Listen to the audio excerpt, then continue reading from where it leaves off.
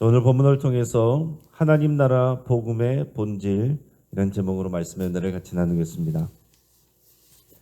예수님께서 예루살렘에 입성하시고 나서 많은 시간 감당하게 된 일은 이 대제사장들, 서기관들, 또 바리새인들, 사두개인들, 장로들 이런 종교 지도자들과 논쟁을 이어가는 일이었습니다. 예수님이 하시려고 해서 하신 게 아니라 그들이 먼저 다가와서 예수님을 책잡아 고소하려는 게 목적입니다. 하지만 예수님은 오히려 논쟁을 통해서 복음의 본질을 더 정확하게 변증하셨습니다. 논쟁을 통해서 우리가 확신해야 될 하나님 나라 복음의 본질을 여러분 잘 이해하시길 바랍니다. 먼저는 가이사의 세금 논쟁이 벌어집니다. 이 서기관들과 대제사장들은 앞에서 이 포도원 농부 비유가 자신들을 향한 것임을 깨닫고서 분노했습니다. 하지만 많은 백성들의 지지를 받고 있는 또 예수님을 함부로 건드릴 수는 없었어요. 그래서 어떻게 해서든지 예수님의 약점을 잡아서 깎아내리려 하고 있습니다. 오늘 본문의 19절에서 22절까지 말씀을 같이 읽겠습니다. 서기관들과 대제사장들이 예수의 이 비유는 자기들을 가리켜 말씀하심인 줄 알고 즉시 잡고자 하되 백성을 두려워하더라. 이에 그들이 엿보다가 예수를 총독의 다스림과 권세 아래에 넘기려 하여 정탐들을 보내어 그들로 스스로 의인인 체하며 예수의 말을 책잡게 하니 그들이 물어 이르되 선생님이여 우리가 이르노니 당신은 바로 말씀하시고 가르치시며 사람을 외모로 취하지 아니하시고 오직 진리로서 하나님의 도를 가르치시나이다. 우리가 가이사에게 세를 바치는 것이 옳으니까 옳지 않으니까 하니. 이 종교 지도자들은 자신들의 종교 권력으로 예수님을 제어할 수가 없었습니다. 이 백성의 민심을 살피느라고 그 눈치를 보느라고 할 수가 없었습니다. 그래서 이 정치 권력에 더 고소하려는 계획을 짰습니다. 그래서 정탐들을 예수님께 보내서 스스로 의인인 채 하면서 예수님의 말을 책잡으라고 그랬습니다. 그들이 예수님을 칭찬하는 말을 하는 것은 진심이 아닙니다. 예수님을 함정 질문으로 유도하려는 얄팍한 그런 술수입니다. 그들은 로마 황제 가이사에게 세금을 바치는 것이 옳은지 아닌지를 물었습니다. 세금을 바치라 이렇게 하면 민족주의자들에게 원성을 사게 될 테고 또 세금을 바치라 하면 바치지 말라 하면 또 로마 정부에 고소할 계획이죠. 하지만 예수님은 그런 술수에 넘어가지 않으셨습니다. 데나리온 하나를 가져오게 하시고서 그 은화 동전에 새겨진 형상이 누구냐고 물으셨습니다. 그리고 그 글이 무엇인지 물으셨어요. 당시 동전에는 가이사의 얼굴 형상이 새겨져 있었고요. 라틴어로는 번역하면 신 아우구스투스의 아들 티베리우스 가이사 이렇게 쓰여 있습니다. 그러니까 이 동전이 소통되는 것은 이 로마 가이사의 통치가 임하는 것이다. 통치받는 것이다. 이것을 상징하는 것입니다. 이것을 보시고 예수님께서는 가이사의 것은 가이사에게 하나님의 것은 하나님께 바치라 이렇게 말씀하셨어요. 자, 종교 지도자들 자신은요 이미 가이사에게 세금을 내고 있었습니다. 그들은 로마에 아부하고 뇌물을 바쳐서 그 자리에 올라간 사람들이 정통성 있는 사람들도 아닙니다. 그러면서 정작 자기 자신은 하나님께 온전히 바치지 않고 있습니다. 자, 가이사의 것은 가이사에게 내라. 그것은 세금을 내면 되는 것이죠. 하나님의 것을 하나님께 바치라. 이것은 무슨 말씀이겠어요? 자, 이 은화에는 가이사의 형상이 있는데 하나님의 형상은 어디에 있습니까? 하나님의 말씀을 믿는 사람들 안에 있는 거예요. 그 영혼에 하나님의 형상이 새겨져 있고 글자가 새겨져 있는 것은 하나님의 말씀이 있는 것입니다. 그러니까 이 유대인들은 자기 자신을 하나님께 바쳐야 돼요. 하나님께 헌신해야 됩니다. 그러나 지금 이 종교 지도자들과 이 정탐꾼들은 세금은 바치면서 자신들의 삶을 하나님께 바치지 않는 사람들입니다. 예수님께서 이렇게 지혜롭게 말씀하시는 것을 듣고서 정탐꾼들도 더 이상은 말을 하지 못하고 침묵만 지키게 됩니다. 그리고 이어서 이제 부활 논쟁으로 이어지게 되는데, 이 질문을 하는 사람들이 이제 다릅니다. 대제사장의 정탐꾼들이 와서 질문을 했는데 이 가이사 세금 논쟁에 대해서 더 이상 할 말이 없게 되니까 이제 옆에 있던 사두개인들이 예수님께 이 부활에 대한 주제로 질문을 하게 됩니다. 자, 이 사두개인들은요, 부활을 인정하지 않는 사람들이에요. 서기관들은 주로 이제 바리새인들인데 그들은 부활을 인정하는 사람들이고, 그리고 이제 민중의 지도자들입니다. 사두개인들은 부활을 인정하지 않는 사람들이고, 그리고 이제 권력에 붙어 있는 사람들이에요. 이 사두개인들은 부활을 인정한다면 대답하기 곤란한 질문을 만들어서 예수님을 이제 공격합니다. 자, 모세의 율법에는 수혼법이란 게 있죠. 형이 죽으면 동생이 형수를 아내로 맞이해서 그 형네의 재산과 가문을 이어갈 수 있도록 하는 것, 이것이 수혼법입니다. 사두개인들은 질문을 하면서 만약에 칠형제가 있어서 형이 죽어 둘째가 형수를 아내로 취했는데 둘째도 죽고 이후 차례로 7째까지 다 죽었다면 부활 때에 그 여인은 과연 누구의 아내가 되느냐? 이렇게 질문했습니다. 사두개인들은 아마 스스로 자기들이 생각해도 참 영리한 질문이라고 생각했을 거예요.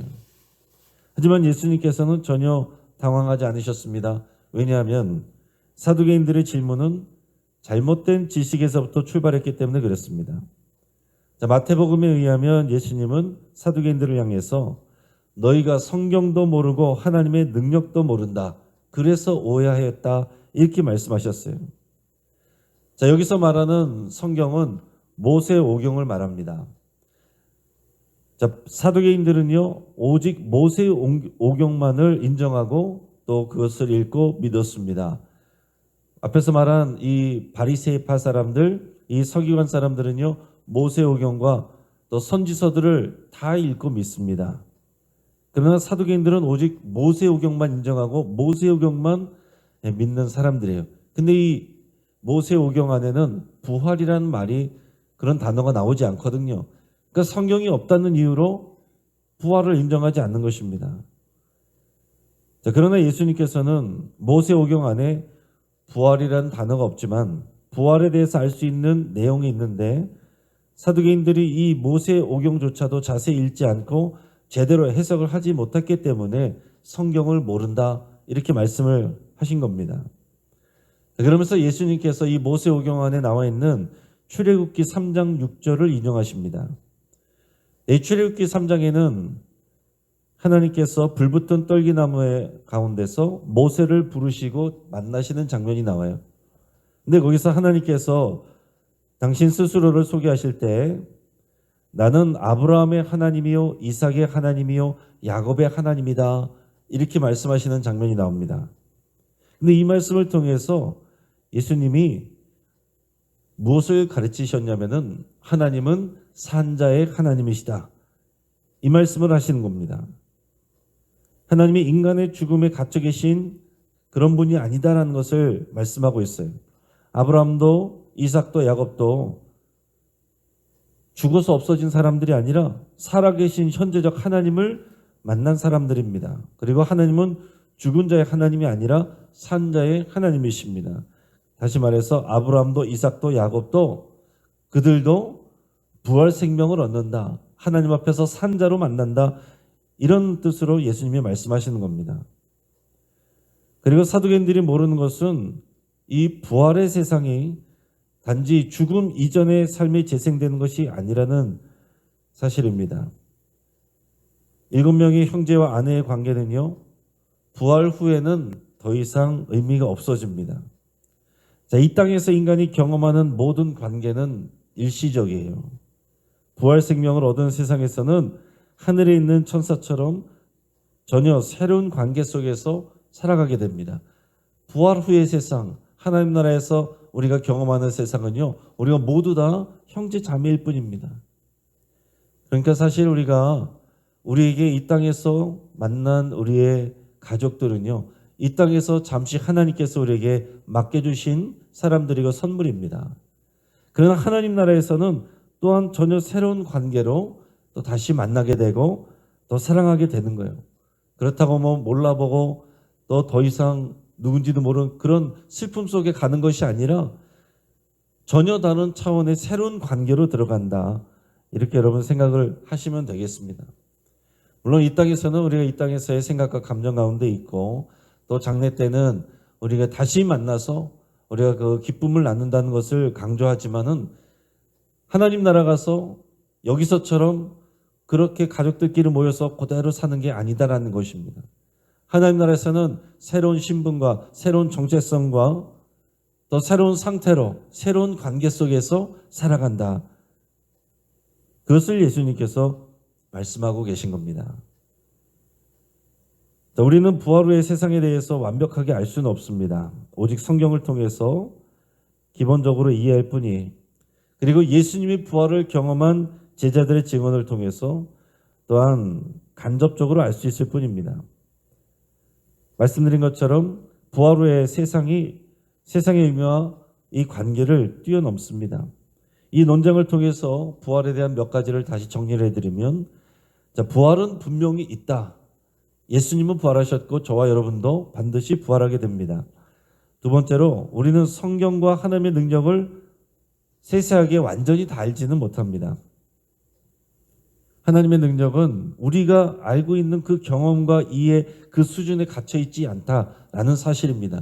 다시 말해서 우리는 부활에 대해서 다 알고 있는 건 아니다.